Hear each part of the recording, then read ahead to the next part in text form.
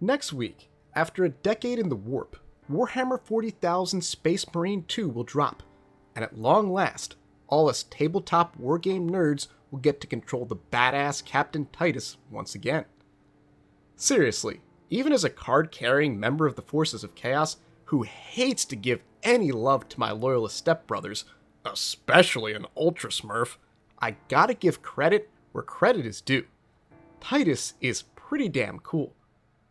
Like many of you, I've spent the last couple of days brushing up on 40k lore, refreshing my memory on the many weapons used by the Emperor's Angels of Death, and looking back at my old army with a tear in my eye, wishing I was 21 again, with no bills to pay, no job to worry about, and nothing but a weekend full of cold beer, good friends, and mini wargaming on my mind. But to tell you the truth, I've been thinking about 40k a lot lately, because there are a number of similarities between the grim darkness of the far future and one of my other favorite media properties, Elden Ring.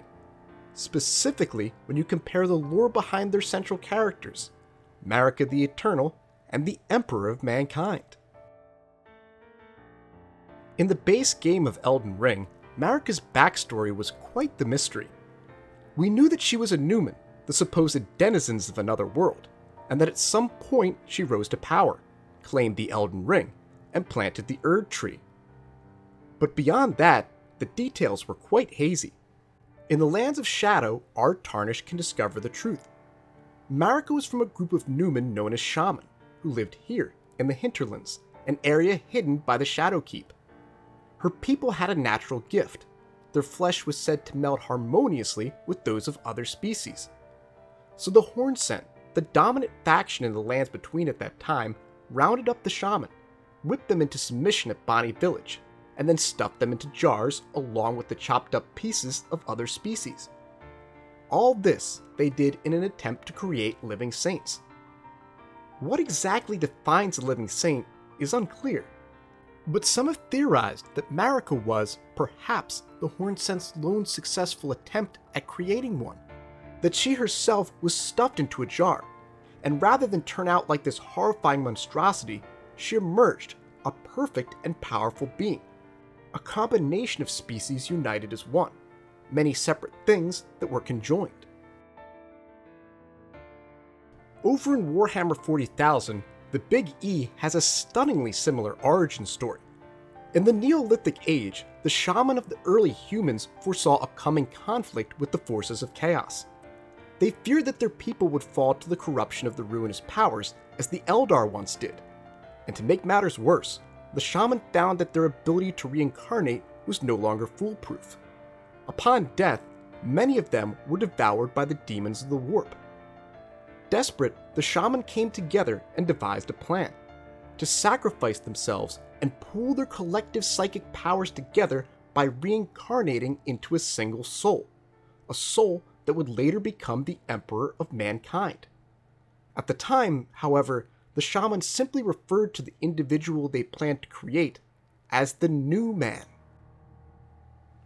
So Marika, perhaps, was created by melding a bunch of different species together with her malleable flesh, while the Emperor of Mankind was created by combining the souls of several thousand powerful psychers. Both descend from now non-existent Shaman, and one is from the Numen people, while the other is literally referred to as the New Man. That's a startling list of similarities for two very different works of fiction. And don't turn that dial now, because I'm just getting started. One of the most important moments of Marika's rise to power is a mysterious event the lore community simply refers to as the seduction and betrayal. It's what we see depicted here in the story trailer, and we've taken to calling it that because the fact that someone was seduced and betrayed is, in typical From Software fashion, just about all we know for sure about it. Some have speculated that Marika played hide the spiral sword with the god of the Hornsent and stole the Elden Ring from her. Others believe that the seduction instead refers to Marika accepting the guidance of Metter, Mother of the Fingers, and that she inspired Marika to call the Elden Beast down from the heavens. Unless the Elden Ring TV show covers this, or in the unlikely event that we get an Elden Ring sequel, we'll probably never really learn the truth about what happened here. But what we do know is that after the seduction and betrayal, Marika stepped through the Divine Gateway. Presumably, this is when she ascended to godhood, increasing her power to a tremendous extent, just like we see with Miquella in the DLC. From there, Marika would take Godfrey as her Elden Lord, plant the Erd Tree, have children, and forge the lands between as we know it by the time of the game. And over in the grim darkness of the far future, stepping through a sort of gate is also important to the journey of the Emperor of Mankind.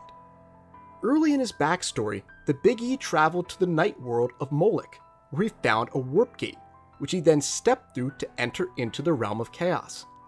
There, he struck an unknown bargain with the Chaos Gods, Tzeentch, Khorne, Nurgle, and Slaanesh, and returned with even greater power than ever before, and the knowledge to create the Primarchs.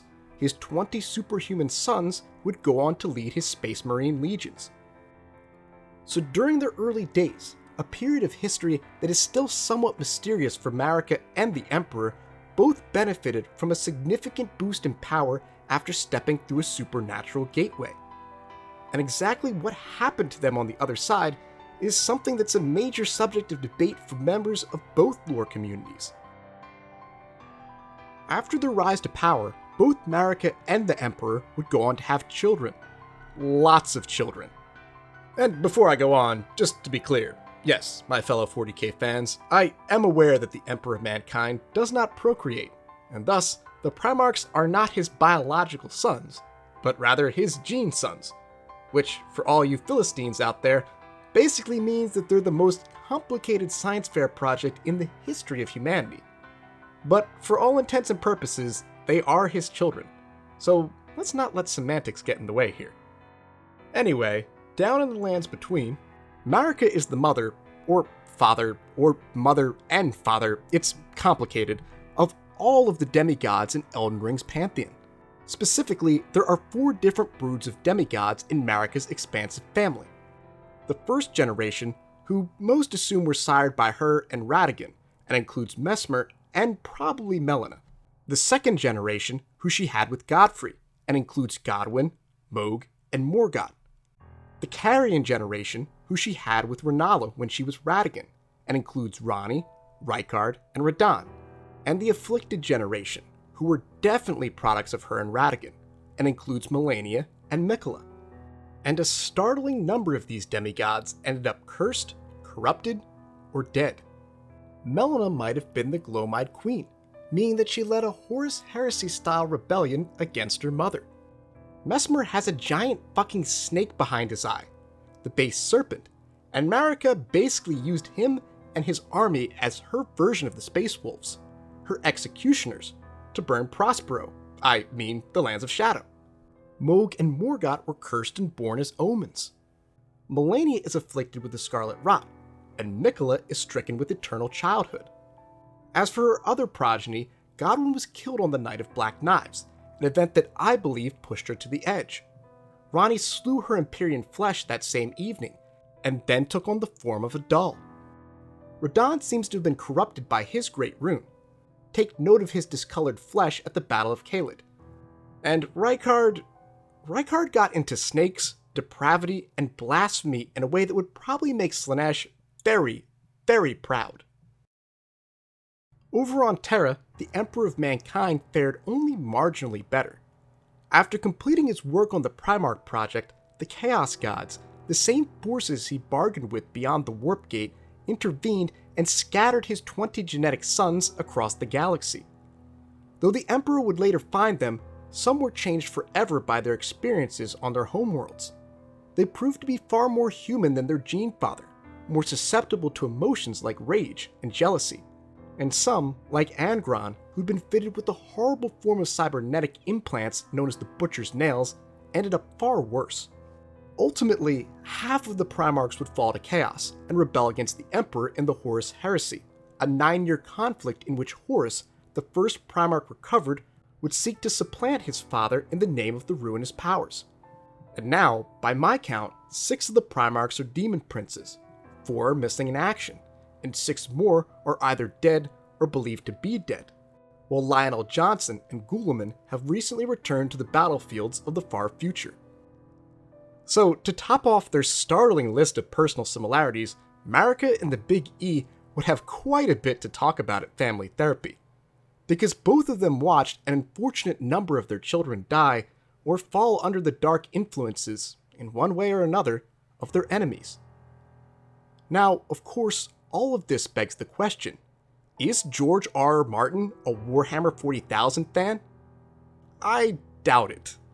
It might explain why he still hasn't finished The Winds of Winter, and the idea of him giving up on solving the Milanese knot to go paint his Space Wolf army is pretty hilarious. But I don't think so. However, I wouldn't be surprised if Miyazaki is. As detailed in this awesome video by Zuli the Witch, Miyazaki is a noted fan of Magic the Gathering. And just about anyone who's gone to a game store to buy Magic cards or play a few rounds has probably stumbled upon a game of Warhammer 40,000 at least once or twice. There's even some level of crossover between the two communities, although, in my experience, it's taboo to venture from the 40k side of the store to the Magic side, or vice versa. So, ultimately, what do these similarities between Marika and the Emperor of Mankind tell us? Well, mostly, I think it's just an interesting observation. But I would argue that it also serves as a reminder that despite the presence of guns and airships that aren't the slightest bit aerodynamic, 40k really is best described as space fantasy, not science fiction. Because the Emperor's backstory is steeped in classic mythology, just like the Eternal Queens. Thanks for watching. Huge thanks to Moonlapse Piano for allowing me to use their covers from the Armored Core 6 soundtrack for this video. Big shout out to all my Silver and Gold tier YouTube channel members and Patreon subscribers, including James Pruitt, Corey Matson, Gustavo Balabi, Lil Caesar, Reed, Pathonian, and Faith G, who get early access to these videos thanks to donations of $5 to $10 a month. See you guys next time.